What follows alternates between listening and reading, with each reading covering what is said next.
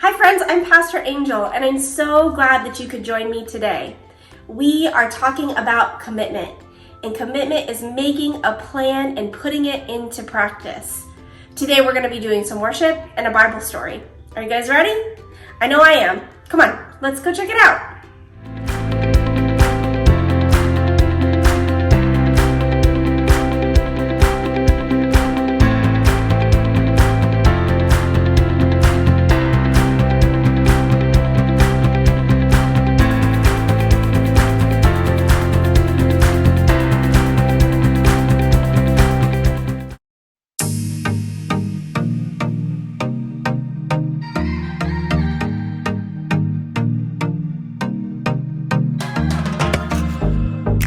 Plans for me are good. You hold my future. You're working all the time. You're the mountain mover. From sunrise to sunset, till the sun comes back up again. You're by my side. You started a good work in me. I know that you will complete it. You will see it through. And everything that you say you'll do, 'cause I believe that you are faithful, oh, you are faithful, oh, you are faithful. I'll trust your every word, 'cause I believe that you're working for my good. Yes, you're committed. From sunrise to sunset, till the sun comes back up again, you're by my side. You started a good work in me. I know that you will complete it. You will see it through, yeah. I know that you're still working on me. And everything that you say you'll do, 'cause I believe that you are faithful, oh, you are faithful, oh, you are faithful. You are my hope, you are my future. You are the mountain mover. You are faithful. You are my hope, you are my future. You are the mountain mover. You are faithful. You started a good work in me. I know that you will complete it. You will see it through, yeah. I know that you're still working on me. And everything that you say you'll do, 'cause I believe that you are faithful, oh, you are faithful, you are faithful, oh, you are faithful, oh, you are faithful, oh, you are faithful.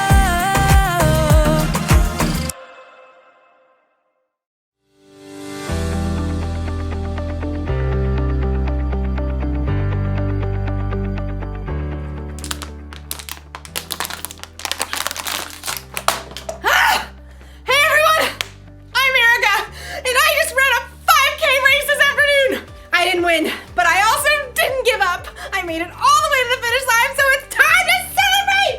Yeah! Oh man, I have been training all month for this race, so it has taken a lot of commitment. Commitment is making a plan and putting it into practice. I made a plan, and I practiced a lot. All that running.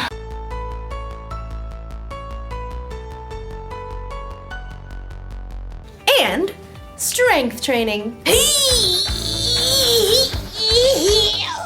And even training my brain. For a month, it's like training has been my life. Like, I thought about this race constantly. When I decided what to eat. Oh, when I chose how to spend my time.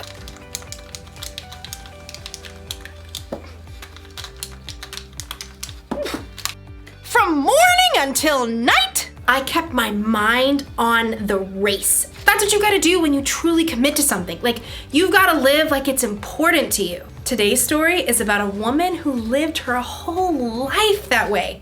I'll see you when you get back. I've gotta get this party started!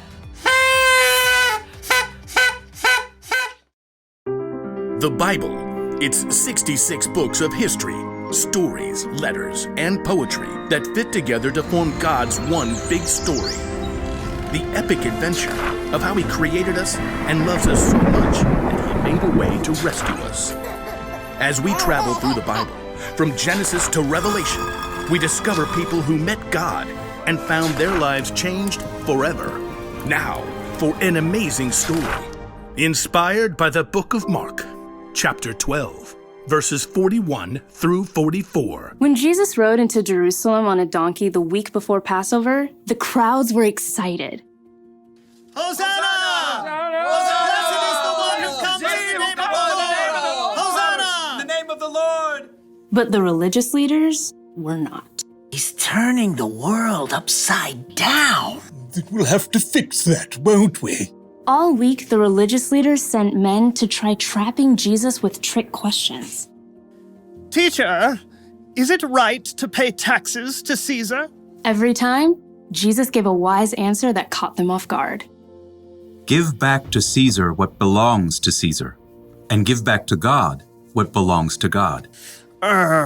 Jesus knew the religious leaders were so puffed up with pride, they didn't want people to listen to anyone else.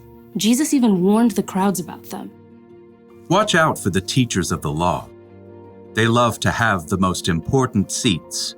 They take over the houses of widows. They say long prayers to show off. One afternoon, Jesus and his disciples visited the temple. They sat down to rest for a moment across from the box where people came to put money they offered to God. Perhaps the disciples, mostly poor fishermen themselves, were impressed by the rich men giving gifts. Check out his robes. I think they actually might be silk. Jesus watched the rich men dropping handfuls of gold coins into the box. He knew that, like the religious leaders, they were proud to show how important they were. Check this out, world. Money, money, money. Always sunny in a rich man's world. Even though these wealthy men were giving impressive amounts of money, Jesus knew they had so much, this was easy for them. Simply a drop in the bucket. Huh. She looks a little out of place. The next person in line clearly wasn't wealthy. In fact, her patched robe showed she didn't have an extra cent to spare. A widow, probably. At that time, if a woman's husband died, she had no way to earn money and often had to live on next to nothing. 2 pennies? How's that gonna help anyone? Jesus was watching the woman too, but he saw something different, something more. Come over here, all of you. The disciples gathered around Jesus. What I'm about to tell you is true. That poor widow has put more into the offering box than all the others. Jesus' friends tried to sort it out. Excuse me, pennies versus gold? You couldn't buy an order of fish nuggets with that. Jesus knew what his disciples were thinking. The others all gave a lot because they are rich, but she gave even though she is poor. She put in everything she had. That was all she had to live on. Oh. When you put it like that. The rich men, like the religious leaders, were concerned with what things looked like on the outside. They didn't want to give in a big way that might force them to change on the inside. But the poor woman, who had almost nothing, chose to give everything. And Jesus saw her heart and knew that her pennies were worth far more than the rich men's gold.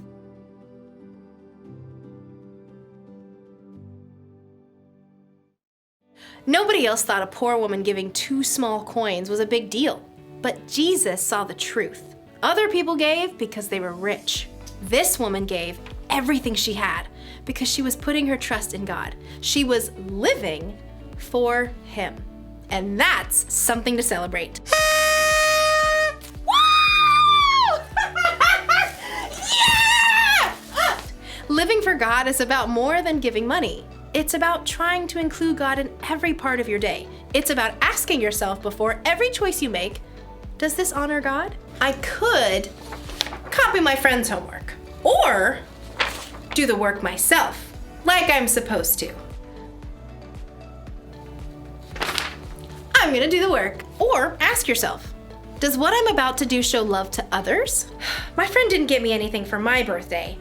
Should I get even by giving her nothing? Or should I forgive her? Well, I did already wrap it. She's gonna love it. If you ask yourself those questions, it'll help keep your mind on God. It'll help you think about how Jesus lived and loved others. This probably won't become a habit overnight. That's why the one thing to remember today is this: practice living for God. The more you practice asking yourself, does this honor God? And does this show love to others? The more natural it becomes. It feels good to commit to something and stick to it. I'm glad I committed to running a 5K. I feel stronger and healthier, and between you and me, I think I'm going to start training for another one. But first, we celebrate! See you around!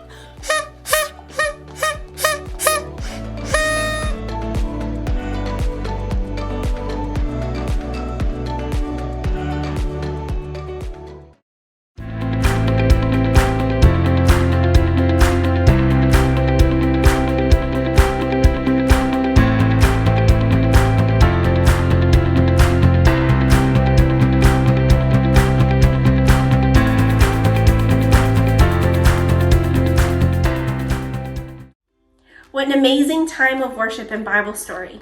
We heard a story about Jesus and his disciples going to the temple, and they saw all of the people bringing their money in to give to God. They watched the rich men come and give lots of money, and the disciples were impressed. And then they saw a widow come in and give just a very small amount. Jesus was impressed by her, but the disciples weren't. Jesus was impressed by her heart, because the rich people had lots of money to give.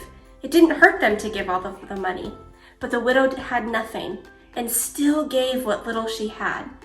Jesus cares about our heart. He cares about what we do on the inside and why we do the things that we do. This week, I want you to remember to practice living for God. It's not just about what you do, it's about why you do it and how you do it. God cares about what our motivations are, which means why we do things that we do. He cares about why we're kind. He cares about why we say nice things and why we do things for our parents. Is it selfishness that motivates us, or is it a desire to do the things that God wants us to do? So practice living for God. All right, are you guys ready for the memory verse? As always, we're going to do it 3 times. The first time, we're going to do it slow, and you can repeat after me. The second time, we're going to do it all together. And the third time, you guys are going to do it on your own. Are you ready? I know I am. Give me a thumbs up when you're ready. All right, let's do this. On 3. 1, 2, 3. Training the body has some value, but being godly has value in every way. It promises help for the life you are now living and the life to come. 1 Timothy 4:8. Good job. Now let's do it together on 3. 1, 2, 3. Training the body has some value, but being godly has value in every way. It promises help for the life you are now living and the life to come. 1 Timothy 4:8. Great job. All right, now it's your guys' turn to do it on your own. Are you ready? All right, on 3. 1, 2, 3.